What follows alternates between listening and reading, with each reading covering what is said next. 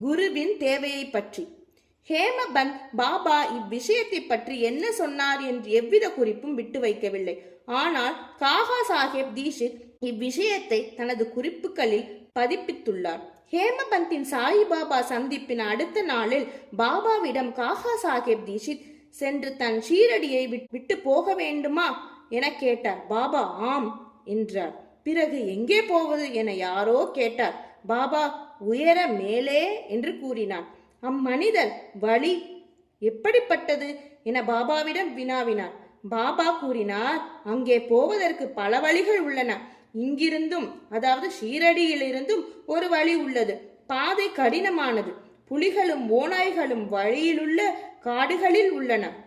நான் காகா சாஹேப் தீட்சித் கேட்டேன், ஒரு வழிகாட்டியை நாம் அழைத்து சென்றால் என்ன? அதற்கு பாபா கூறினார், அப்போது கடினமில்லை.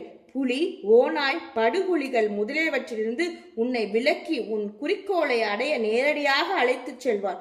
வழிகாட்டி இல்லை என்றால் காடுகளில் நீர் காணாமல் போகலாம் அல்லது படுகுழியில் விழும் அபாயம் இருக்கிறது. இந்நிகழ்ச்சியின் போது தாபோல்கரும் அறை அருகே இருந்தார்.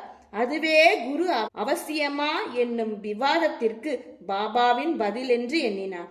ஒரு மனிதன் சுதந்திரமானவனா அல்லது கட்டுப்பட்டவனா என்னும் விவாதம் ஆன்ம விஷயங்களில் உபயோகமில்லை என்றும் இவ்வத்தியாயத்தின் மராத்தி மூல பதிப்பில் விளக்கப்பட்டபடி பெரிய அவதாரங்களான ராமர், கிருஷ்ணர் முதலியோர் தனது குருக்களான வசிஷ்டர், சாந்தீபனி ஆகிய முனிவர்களிடம் தன்னை அறிவதற்காக சரணடைந்தார்கள் என்றும் குருவினுடைய உபதேசத்தினாலேயே பரமார்த்திகம் அடையப்படுகிறது என்றும் நம்பிக்கையும் பொறுமையுமே அத்தகைய முன்னேற்றத்திற்கு தேவையான நற்பண்புகளாம் என்பதுமே பாபாவின் திருக்குறிப்பாம். ஸ்ரீ சாயியை பணிக. அனைவருக்கும் சாந்தி நிலவட்டும். ஓம் சாய்ராம். முழு அத்தியாயத்தை படிக்க டிஸ்கிரிப்ஷனில் உள்ள லிங்கை கிளிக் செய்யவும் அல்லது சேனலில் உள்ள பிளேலிஸ்டில் சாய் சத் சரிதத்தை படிக்கவும்.